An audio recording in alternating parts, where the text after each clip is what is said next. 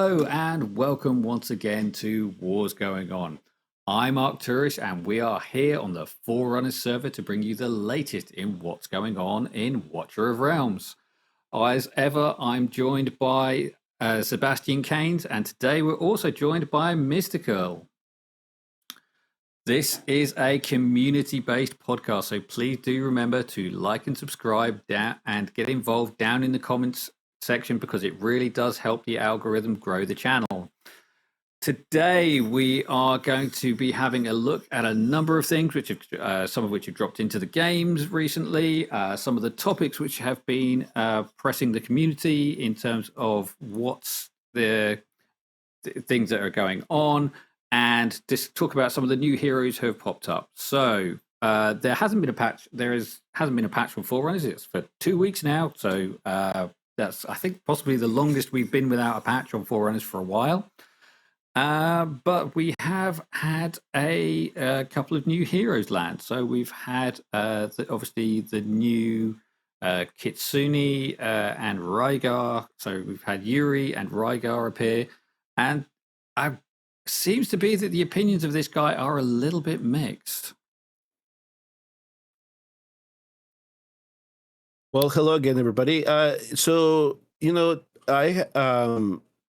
started testing Rygar early, and then my attention actually went to Yuri because she was actually the more interesting one of the two for me. I'm still trying to see if there is something that I can do with Rygar in terms of actually doing a proper showcasing him. He's really hard to showcase because you gotta have an understanding of exactly what it is that you want him to do.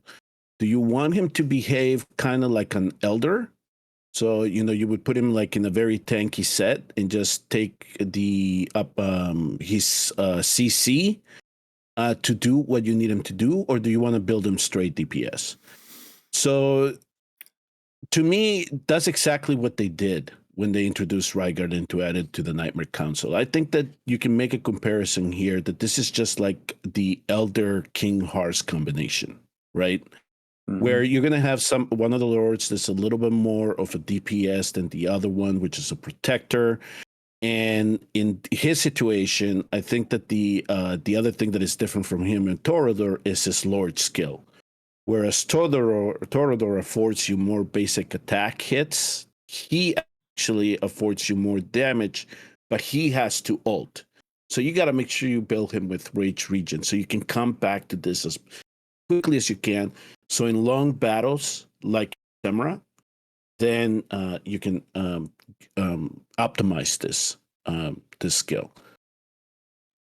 Yeah, I was seeing that they actually put out a war cabinet on Rygar in the last day or so, which was basically saying that unlike Toreador, you've got to have him on the field in order for his skill to take effect, and you need to get him out doing the damage. Whereas Toreador, while his skill effect is always going, he doesn't need to be. He's not a big damage dealer. You can try and build him that way, like putting a DPS set on him, but his multipliers are just not there.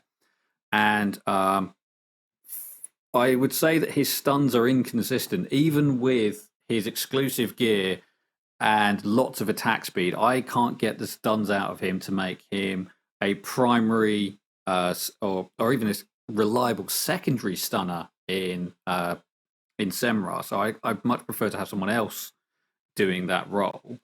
So I have seen from his skill, he's got a lot more opportunity to his skills. He's got a lot more opportunity to put stuns out. His ultimate is doing a 40% chance of doing stuns at level 0. And so he's doing more there, so you can build him to do that role. But also he's buffing the Nightmare units by adding some healing to them, which is really useful because their Lord skill reduces their ability to heal. So, yeah, I can kind of see where they're coming from, but as I've been saying to a lot of people recently, the trouble is he's not Valderon. And everyone's kind of expecting the next hero to come out to be the next Valderon. And you can't have a game like that because he's Valderon is just so powerful that he just kind of breaks the fun for everybody, and you can't keep bringing heroes out like that. But then why would I pull for him if I could wait for a Valderon banner? Because it's the decision that you have to make. Yeah. So what I would say is number one, it was nice to see that this weekend's banners did not have the power creep again, because that's essentially what it's been for the last month. Here's a banner, here's the power creep. Here's another banner, here's another power creep. This one is more of a complement to the gallery that we have, number one. And I think that these banners offered the opportunity for new players, especially those that came in for the Song Wukong event, that these are progressive heroes, right? These are heroes that are going to afford you luxury if you are able to summon them into your account early on. So that's exactly what they were going for here. End gamers, if they want Rygar because they want to do something in GBG, that's fine. Some of the initial tests that Destin ran for me with the team that I had made up with Rygar is his analysis was that if we build him DPS, that there's an increased chance that we could kill him during the battle, but if we build him tanky, then there's an easy chance to swarm him because he does lose a lot of damage. He does more damage than Torador, so we can kind of try to do a mix between him and Torador, right? To strengthen that defense instead of using Baron Torador or like Abomination Torador kind of combination. So there are some utilities there for the game with him in GBG. You just have to have the gear and then the awakenings for it. So I'm glad that we did not see the next Valderon. Not yet, anyway, because Song Wukong and Kigiri need to breathe a little bit.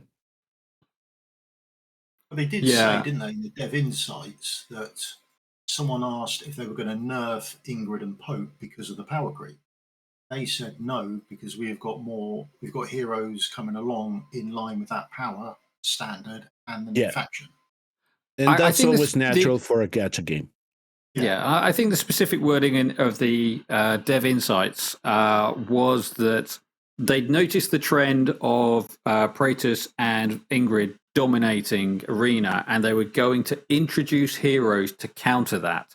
So in the same way that they've kind of introduced Xena as a fast-paced burst damage dealer to try and counter the Praetus in single-target Arena, and they tried to introduce forgotten his name now, the summoner in AoE Arena. Yeah, with the hood on and puts the little minions Zaris. Mm-hmm. Yeah.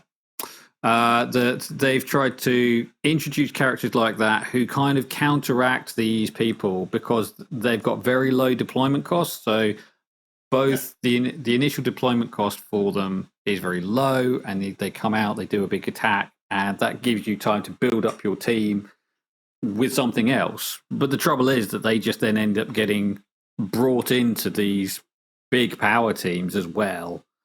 So it's a yin yang, and we're still waiting for them to introduce this new arena that they've been talking about. And I hope it's not a carbon copy of the Honors Gauntlet, because I already made my feelings or expressed my feelings regarding that piece of content in previous episodes. But they even as much as they want to fix it, Praetus and Ingrid are still big staples of that content. So. And I know that you have Yuri here in the background, and at least in the showcase that I did, I was able to show that if you did, you're like in Plat 2 or in Plat 3, and you come up against a badly placed, or deployed Praetus Ingrid team, that you can jump ahead of that team with Yuri really quick and then try to hold on at the end. But she's not going to help you in Overlord and High Overlord and Epic's Overlord. It's just she does not do enough damage. Yeah, I mean, the one thing they could do in anti-air arena, if they really were interested, is just whack up the magic defense of all of the units. But then you are massively, I mean, because you've got people like Ajax, you've got people like Valkyra who can apply magic vulnerability to a large number of units, then it kind of they've kind of shot themselves in the foot a bit because people just deploy those units to get that vulnerability to try and take on that magic defense. So unless you're sticking it right through the roof, it's not going to be a effective solution to the problem that they've created. Yeah, it's a difficult one.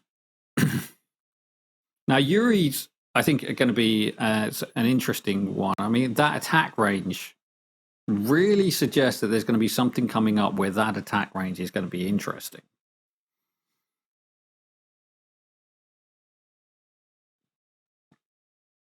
So, besides the current addition, the current content in the game where she can help out, yeah, that's what I was thinking of, having that 3-tile extension on either side with Piercer. You have the 1 tile in front. It's like that's a large covered area, and the fact that she can do multi-strike as well, right? Doesn't she heal within that range? Is that right? Yeah, She heals her allies if she has yeah. the bond. She heals her allies, not herself, but she does heal the closest allies to the multi-strike or the chaotic orb is what I think is termed properly. So yeah, so there could be something coming down the pipeline where we're going to need that, if that is the case. Yeah. So she could theoretically sit back and then heal your tank. Is that right? Is that why this? I don't think she's going to be doing an awful lot of healing, because it's depending on every 5 attacks she summons a Chaos Orb. Okay. So you'd have to build a super speedy to do that, and then you're only doing 10% HP to 2 friendly units. Now it's got to be, when you've got an attack range that big, limiting it to only having 2 units in there, so you're guaranteed to get the heals on them. Otherwise, you're going to end up with another Talula situation where you've got a wide area and you can't control where the heals are going. Yeah. So, it's an interesting character design. So I would say that just by being afforded the possibility to test these heroes, I think that they are very nice heroes for progression accounts. So if I were to start a free-to-play account and these 2 heroes popped into my account, I know right away they're going to help me progress through the game. So I don't see it as a problem. And, we might have the argument about pool dilution, but that always happens in a gacha game anyway. So I just thought it was a nice little break from not having the power creeps that we have been having over the last couple of months. And since we're talking about new heroes, I just wanted to make a small clip. So we have Beast coming in, Beelzebub. Yeah, and we have had him here in the test server for a while. Now, unfortunately, I haven't summoned him, but I did manage to do a showcase for the Forerunner people. And okay, I don't know about you two. I feel like he's being overhyped right now. And I think that people should tame their expectations if they get a copy of him, because the sweet spot for him is going to be A3, number 1.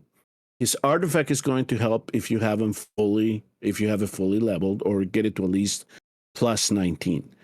But if you think that he is going to do like a damage creep increase for you in any composition, it's going to be difficult because, 1, his HP and defense are low, so it's really hard to sustain him in Semra. And you have to build him with attack if you want him to behave like a Dolores. So I would say he can do some damage. I actually used him for the Phantasmal Nightmare, which we'll get to in later to see if he could cover 1 lane. And at 8-3, he did it. I mean, he was able to cover those waves. But then I pulled him back yeah, exactly. He could do the job. He might need a little bit of backup if you have him a lower awakenings, but just that was a DPS build. But I pulled him back for the Lord of Sticks because he wasn't really giving me anything there. So this is one of those things. So I would just say it's a nice hero to have because he will give you a little bit of a boost, especially if you have a cultist team that you're bringing into some type of situation. And he could help some people clear the later stages of AMR. That's what I showcased him. He could work in Gear Dungeon 1, whether it's on the bottom or the top. Pick your choice. He'll help there. And aside from that, I know that a lot of people are going to try to use him in GBG for his putrid flies, but here's the thing. At least from what I'm seeing in Forerunners, not a lot of teams are using him, number one. Number two, if we do see a defense with him, we know it's kind of a free spot because we know he's not built for DPS or he's not going to do a lot of DPS. So they're easy to get around, especially if you have the BP check. So he's a good hero. It's just he's at the level of these two heroes that was just recently released. And so I'm just saying, at least from my perspective here, is tame the expectations that I'm seeing from other content creators in terms of saying, save for him and skip on Yuri. Because like Arturo said, you never know. There might be something where Yuri is going to be needed more than the Beelzebub. Yeah, and I just reading over, but not necessarily needed. I think he's definitely got some utility. I mean, at A3 you're getting the 2% rage, but that's him gaining rage. So that's basically allowing him to cycle his ultimate faster. So that's really what it is. I guess it's kind of trying to cycle his ultimate faster so you can get the inspiration out faster. But there are, I don't know. I think his attack range is unique for a mage. If it's 3 tiles longer than so it's basically the Vienna range with an extra tile on the front. So it's unique in that sense, and that goes out to beyond that. So it's basically 3 tiles beyond in front of the Vienna range, which is the longest mage attack that we've currently got. And but yeah, he's not going to change the world. His attack stats are so low. When he's 2307, which is the lowest mage attack score for a legendary, that means you have to load absolutely everything. You're going to be using Warlord sets. You're going to be using not so well Arcana, but you're going to be using things like inspiration sets, anything at all to boost that attack stat up. Because I don't think that you can get away with using. Attack. Sorry? Getting to the flat point attack. Where it's so low you'd want flat attack on it. Yeah, I mean that's basically that's like 50% almost at that rate. Yeah, so it's just below 50%. So it's still a 66% piece is slightly better, but yeah, almost flat attack. But yeah, those putrid flies, they're summoned, yeah. Yeah. So with a cultist team, would you put them with a Nora to get the extra 10% out of it, or 10% damage on those? Well, you're the one who's done all the studies on Nora, and yeah, I have. Yeah, that's the bit that interested me when I was flicking through it. But I don't have him. Maybe. So it says it inherits their hero's attributes. So yeah, maybe it would gain the buffs from. But doesn't that happen when the summon dies? The boost kicks in. The next time they come round, they get a boost. Every time she's on the field, whenever you do a summon, they get that damage boost, and it will stay with them no matter what you do with her until that summon dies. And when the summon dies, you need her on the field again to re-get it. The damage increase to other allied summons. Yeah. Okay. And that's 15%. So yeah, maybe. I don't think that would change him much, but if you're building a cultist team, maybe that'd be something you would. But again, that's his damage. You're not building him for damage. I mean, the only reason you would build him for damage is to try and make use of his magic vulnerability that he's putting out. They've tried to do this with another mage who's not currently on global, and it didn't work well. What they have done in this kit is that they've added the inspiration to give him a bit more to try and make up for that. But when the attack rate is solar, and it's exactly the same as attack speed, it's a 2-second attack speed interval mage. So what they do is they apply vulnerability, and the idea is you load these guys up with speed and attack, and then you make up for the fact that they've got a low base level by having lots of speed, so they're attacking frequently. But yeah, just overall, it makes it a complicated build, and you're probably going to get better results. Here's a compare. Okay, I'm gonna see what your reaction is to this, Arturos. If people like Beelzebub for what he has to offer, why do people have a problem with Dursa? That's essentially what this cultist is.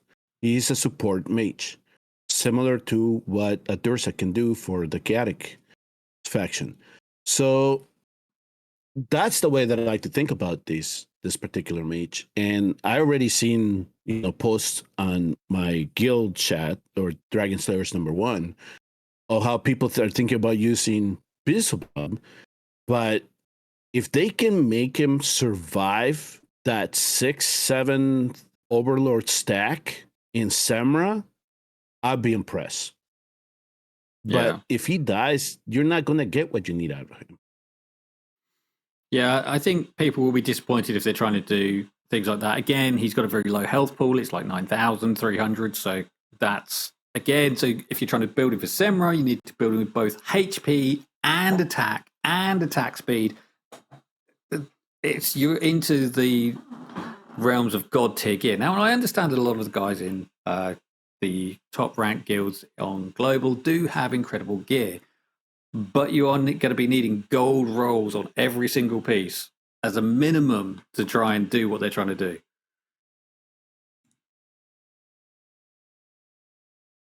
Yeah, so I don't know if Mystical has any other thoughts, especially with the summon mechanics that he has, possibly teaming him up with Anora, because we also hear that Anora might be coming in from the rumors that we might have another banner with her. So I think that they're playing it right in terms of how they're ordering destruction of the banners. But I'm just gonna, that was my only thing is calm your expectations on what you're gonna get if you do pursue him. And the Krakens are going to go for A3, A5. That's no question. I'll leave that up to them. But that's his sweet spot. That's where you want him. Then you really have a very competent Beelzebub. But I don't think that he will do what other content creators are expecting him to do, to be honest. I think he'll work with her because he is classed. But just showing that screen there, he is classed as a summon, isn't he? Yeah, he's classed as a summoner, and his flies would boost Anora's labor as well. So, yes, I think there's definitely some synergy there. So I think that would be interesting. Breaking or the next Ingrid or whatever like that between the pair of them. But I think if you've got them, then I would certainly look at placing them together in teams. Yeah, so you'd probably have him on the tile at the back of the long tile so he can get out. Again, but that means he's not applying inspiration to anybody, which is where he becomes difficult to build him. But then you would put like a Nora on the middle tiles, and then she could have her extended range ultimate covering the whole range when Labor's doing his stuff. And then the flies have got in that same range. You could have quite a lot of damage pool in there with magic vulnerability applied. And you've got damage buffs on the flies. You've got damage buffs across the board. You've got a reduced attack interval on Labor. Yeah, some interesting stuff could be happening there. So in GBG, one of the meta teams is Cyrus with Emirate and Anora and Boreas, right? So I think that some might get sneaky and say, well, Beelzebub gives inspiration. So what if I replace Beelzebub or replace Boreas with Beelzebub? Beelzebub would power up Emirate and Anora, and they should do enough damage to clear things up. You're giving up a lot of damage by taking Boreas out. And I understand that he has the CC effects, but you would have to have those two at A5 to compensate for what you're losing by adding Beelzebub to the squad. So I know that those that are going to have the top end accounts might be able to come up with something early on to make him work, but I think eventually we'll be able to get around it. That's a big slow, isn't it? He's putting on there 50%. Yeah. Yep, and the Putreflies actually drag you back, so that there is some opportunity to do some RNG stuff with them when it comes to PvP stuff, but damage-wise, it's not that impressive. Yeah. And he doesn't have like any real multipliers in his kit to bring that up. I mean, his big attack is 150% damage, and you've seen his low multiplier. It's effectively what Dolores is. Exactly. So at most you're going to be getting around 15,000 on him with good gear. So on the duty pay to win account, yeah, I'm gonna try to see how many copies I can get of him, but I'm not gonna push it that hard. I didn't really go for the Yuri banner, so she'll come in naturally, I assume, just with all the other rare, the only other, what is the classification the Fasted gave him? Rare, common, whatever. I think Yuri the rare will be buckets, medium buckets. Yeah, the rare bucket. Yeah, the medium bucket, the common bucket. I think the Yuri is going to be in the common bucket, so I'll pull her eventually. Yeah, I had two heroes, two legendaries on this, both on divines, both back to back. They were back to back, Zealous and Talula. So neither bad heroes. But I have been. I did take some time and I read Talula's kit, so I've currently got a 750 speed Talula that I need to do some testing with, because there's like 375 healing effects to play with there. So that's going to be fun. For my global account, sites as well, wasn't she? For butterflies not working or something like that. Or not healing her? That's been fixed healing now, I believe. It doesn't heal her. I'd heard that had been fixed. My understanding was that the flies were like congregating all in one area. Now the AI is actually able to spread them out. But the one thing that I've noticed, at least from the outer runs or the runs that I do in my global account with Apocalypse 1, is that for some reason I don't think the AI detects if she is low on health. So the flies won't target her until everybody around her is healed. So, yeah, you got to make sure that there's somebody else that can protect her, I guess, in a manner to make sure that she can do her job with everybody else. So there is that little slight mechanic there. I think that the AI needs to be fixed, so maybe the flies come back to her as she's getting to the danger of dying. Because, of course, if you don't have Talula in the field, the butterflies don't matter, right? So, yeah. So I think that's what the little peeve is right now with AI. That's just a slight one, though. But usually in Samurai, we're running 2 healers, so it's not bad. But I will say that if you pair her up with a Madan, it's easy to set up an auto run because she does clear poisons. The butterflies clear the poisons. So you'll see the venom just tick off, even at A0 during the run, and it's easy to just set up an auto run with them. Yeah, I'd be interested to swap out Dasomi for her because obviously he's also applying damage reduction, the AoE damage reduction with her butterflies. To see how that plays off as well, to see if you could get something going there. But because certainly my second team is a little bit light, it's very, very nightmare heavy, and I have great fun with it. But it'd be interesting to get some more AoE damage reduction into that team to see if I can actually get push harder and push higher, and I could probably retire Hollow for a more effective healer to do some other things with. So yeah, there's definitely some potential there. Right. So Next topic. So, kind of sticking on the topic of heroes, Mystical, you put out a video very recently on heroes who are missing from the summon pool. Obviously, one from Global currently would be Beelzebub, who we've just been talking about. Yeah. And next up, you were on about more. I can't find him now. So more. He is, For everybody who is complaining about Moore not being in the summoning pool. When he appears in the summoning pool, you will cry. Oh, It's like pulling Cratch. No.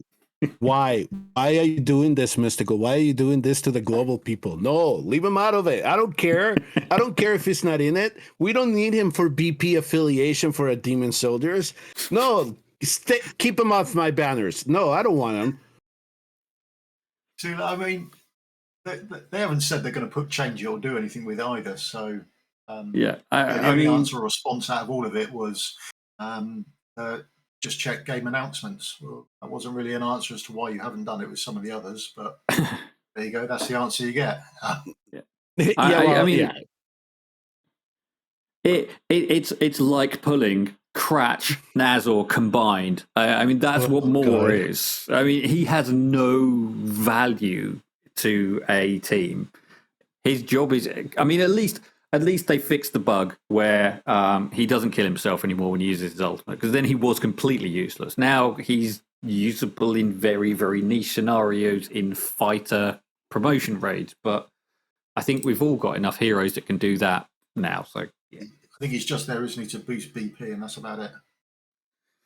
That's his role in the entire game. Yeah, pretty much. Or make his knockback 3 squares, and then all of a sudden he goes from nothing to massively required. 0 to hero, yeah. Yeah, absolutely. I don't know, Mystical. Some people have picked him to be their BP affiliated hero, and they've invested crystals on him for it. And I'm like, why? No, that's not. No, don't play the game like that. That's just a waste of crystals. Well, yeah, exactly. But no, there are other heroes you can get BP affiliation from.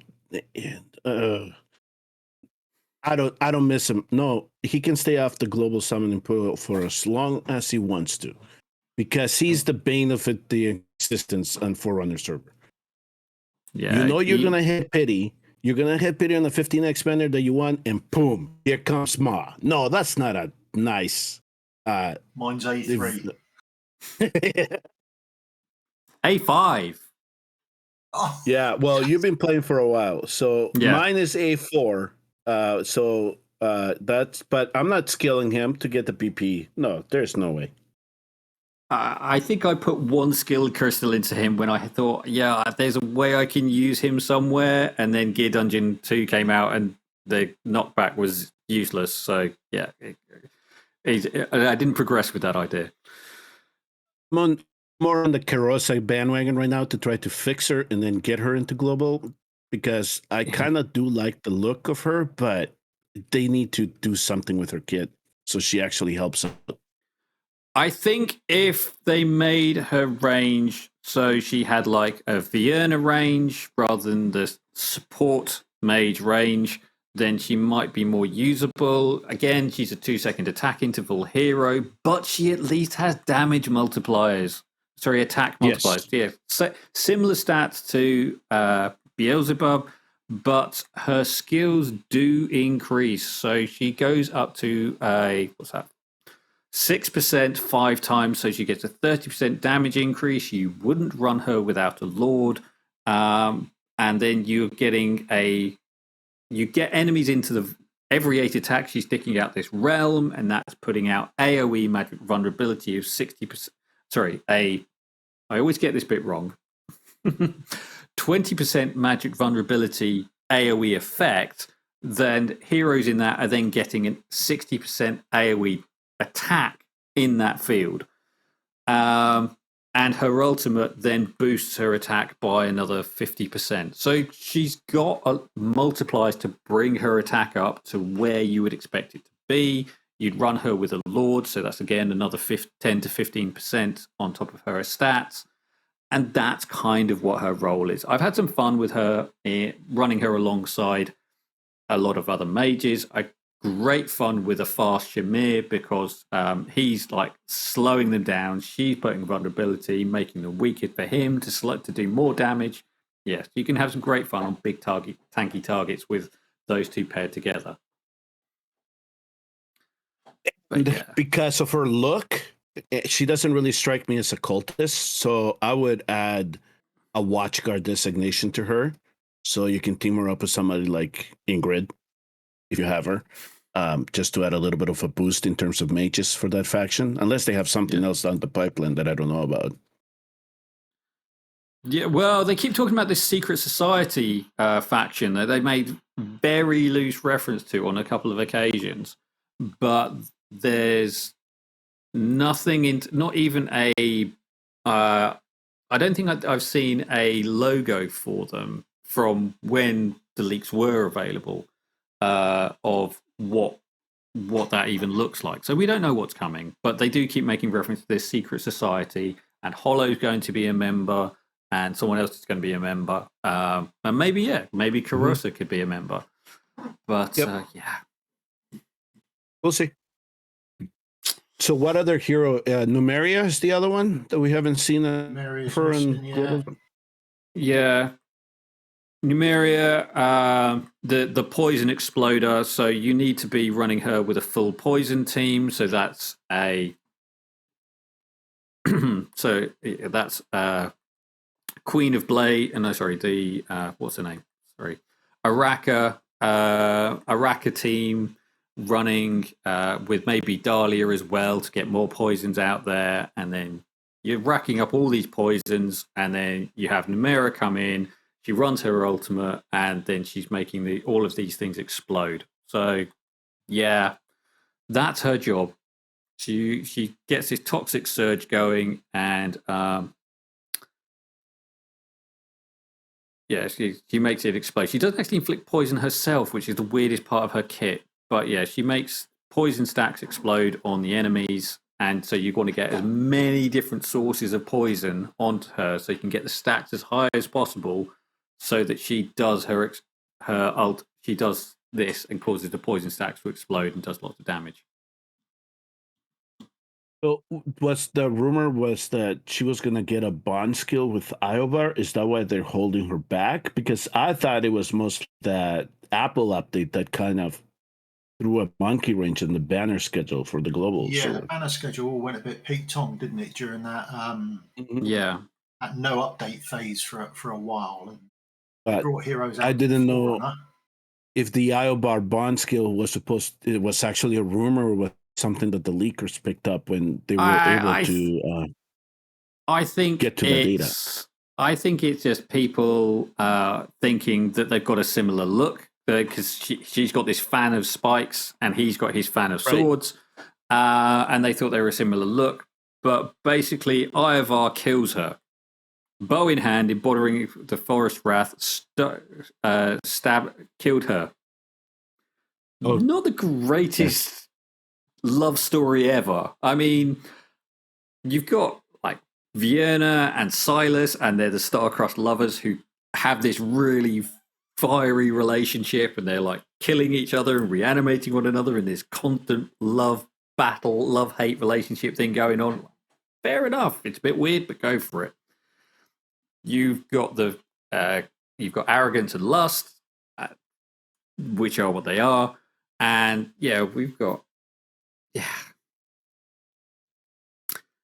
and I'll just make it Kagiri's and Yuri. Yeah. Yuri's story was a little bit weird as well. You didn't really know if they were friend or foes, but they're part of the Nightmare Council. But it reads like she's a piercer, and he was a watchguard, and somehow there's because she's a nightmare and he's a watchguard, that there was some type of antagonistic relationship that they had there for a while. Yeah. So it's interesting how they draw these lores, but it's like everybody's like, oh no, this is Kagiri's girlfriend, and then you read it and it's like, is it?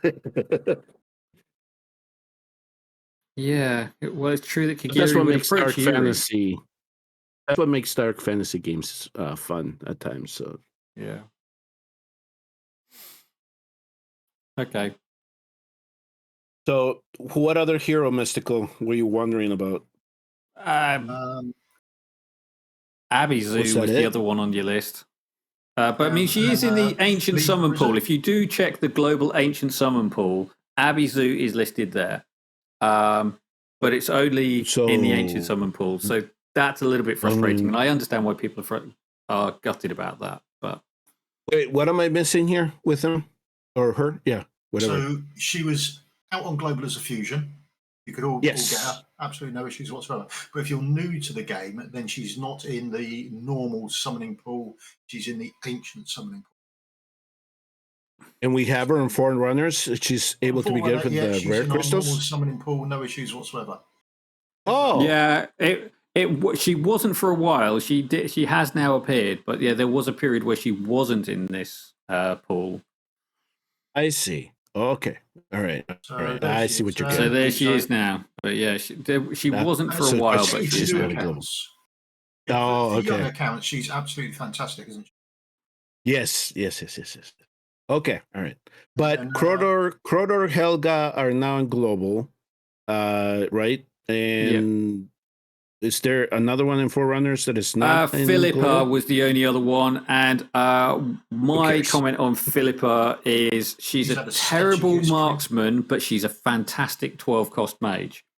I think that she's they're going to say Philippa because there's some type of fusion coming. Just wait. Then Philippa's going to show up. And if they make her a watchguard as well, that would be handy as dual faction. That'd be quite nice.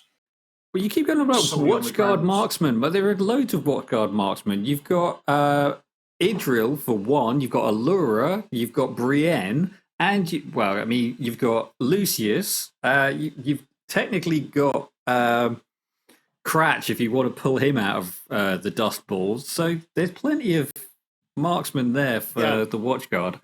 Nightmare Council, on the other hand, you have This is what? it. These are the ones that people complain about, aren't they? The Watchguard, the Nightmare Council, and the Cultists. They're the tricky faction ones to do, aren't they?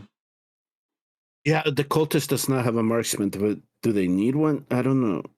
No, they need fighters, don't they? And there's only They need 3 or 4 fighters, isn't there? They need fighters. Yeah. Exactly. But you can use a cost generator as a fighter. So, but wasn't Philippa the epic that you needed to get Carosa? Yeah. I think that's probably what they're planning on doing, and then they'll you think it's make sure be that she's available. Fusion, like collect 4 of her to make Rosa. Yeah, that's what it was previously. So we'll see what happens. Cool. The only other thing in the news that I wanted to cover was you've probably heard rumors about the Chinese New Year and an uncommon Soulstone. Now, I was sent a message from that Sebastian has seen that was on the testers only section of the War official Discord, and it basically said as that's a regional gift, and it's only going to people who are in that region. So do not anticipate getting an uncommon Soulstone in the next few weeks. It's not unless you live in that region. Okay, so let me. I think that Arturos has the kind of the message on point. It was a message that was posted. It wasn't posted to all the content creators. Actually, those that just had test server access. And initially, we were given a warning about rewards distributions that were coming up for the Chinese New Year. And then they actually they deleted that message, and then they posted a longer message, and it was very descriptive. And essentially, what he said was that one of the things that they strive for is to make sure that all the servers that they have available, and then there is a Chinese only server, and then there are the global servers. One is where primarily the European, most of the Western hemisphere is located. And they have another one that is kind of Asia exclusive, but does not include the Chinese. It's essentially what my understanding of it is, because of different laws in the countries, etc. So essentially what they said was that those that celebrated the Winter Jamboree got an exclusive set of rewards that the Chinese server did not see.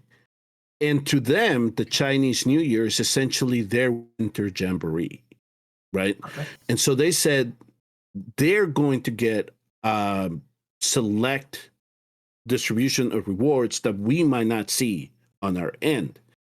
So essentially what I posted on my Discord is I know that there are a lot of rumors going around that we might see an unpolished Soulstone for the Chinese New Year celebration, and I just told people, do not be surprised if that is not the case, because this could be an exclusive to the Chinese server, given that the Chinese New Year is being celebrated on their end, and also all the ads that I've been seeing posted, especially in the Dragon Slayers community, they're all in Chinese. So I appreciated that the fact that they were giving a warning and a little bit of a heads up saying, we try to keep the distribution rewards the same for all servers. It's just that the timing may not align. That seems perfectly fair and reasonable. Why don't they publish that generally? I have no idea why they decided just to put it on the test server, or to just have the test server, or maybe it was on purpose, right? Are they just going to wait to see if the community blows up about not getting it and then pedal? Well, I mean, and that's why we do the podcast, to inform people of little things like that. But it would be really weird to get 2 unpolished Soulstones from there within the span of 2 months. So that's what it's like. Yes, I know people are already planning. Well, I'm gonna Soulstone this guy because there might be one coming down the pipe, and so this is just kind of our heads up saying, if we don't get one, don't be surprised. That's all we're saying, and it makes sense if the Chinese server did not get the one that we got for Winter Jamboree. Perfectly fine, perfectly reasonable. I have no issues with that whatsoever myself. Yeah. So the last topic, trying to drag us back in some direction on and keep it to stop this podcast getting too long, was the Gladiators Gauntlet Season 6. So obviously you're coming to the end of the, I think this week was the last week for the Season 6 on Global, and you're now in your week's rest before you start the Gladiators Gauntlet. And I thought this would be a good opportunity to go over the maps of the... Oh, sorry, one last thing before we dive into that was the hero quests. The new hero quests which have appeared, where you have a staged opportunity to do these, and you have unleveled heroes to progress and play with. And yeah, it's a nice challenge. I think it's a nice addition to the game. So yeah, this is it. Above 6 stages. You have like 3 stages with the guest hero. I've seen Hollow and I've seen Cerberus. I don't know if there are any others who are in the loop. That's all I've seen. Yeah, I can't remember the other one. 640 stamina. Yep. Yeah. So yeah, I know I cleared it the first day that it came in, so I can't remember exactly who was the other one to pop in, but I do remember the Cerberus one. And I already... when I go in the test server and start doing stuff, it mixes with the Forerunner, it mixes with the global account, so I can't keep track. I lost track of what popped up where. So, but yeah, this is a nice set of rewards, and I know that some people were doing calculations saying that they were losing arena permits and stamina, but I was telling Mystical and Arturos early on before we started recording that if you finish this early in the week, you'll get an opportunity to do more hero quests with the single ones. So in my global account right now, I have a Sadie one. And so I was able to get an extra 200 stamina and 5 arena permits from that. So I don't think that they completely took it out. It's just that if you take your time in completing the long one, you're not going to get the opportunity of the single ones, is what I'm seeing. I might leave mine next week to see how long, see if you don't get one. I could do that in the test server too. Just let it hang and see if I see 2 heroes pop up, 2 quests pop up at the same time. Be interesting to find out one way or another.